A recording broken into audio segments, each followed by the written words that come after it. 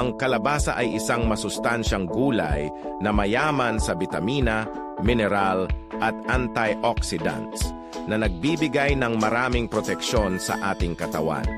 Ang regular na pagkain nito ay nakatutulong sa iba't ibang aspeto ng kalusugan, nagpapalinaw at nangangalaga sa mata.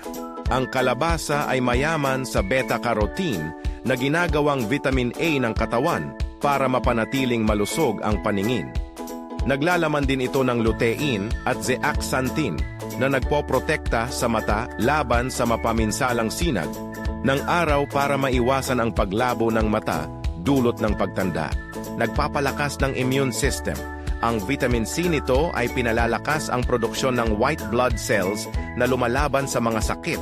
Ang vitamin E at iron naman ay nagbibigay ng karagdagang depensa upang mabilis gumaling ang mga sugat o karamdaman. Nagpoprotekta sa puso at nagpapababa ng kolesterol. Ang potassium ay tumutulong sa pag-regulate ng presyon ng dugo, habang ang fiber naman ay nag-aalis ng labis na kolesterol. Mayroon din itong phytosterols na humaharang sa masamang kolesterol sa dugo. Nagpapaganda ng mood at brain function. Mayaman ito sa tryptophan na ginagamit ng utak upang gumawa ng serotonin, ang hormone na nagbibigay ng saya at maayos na tulog.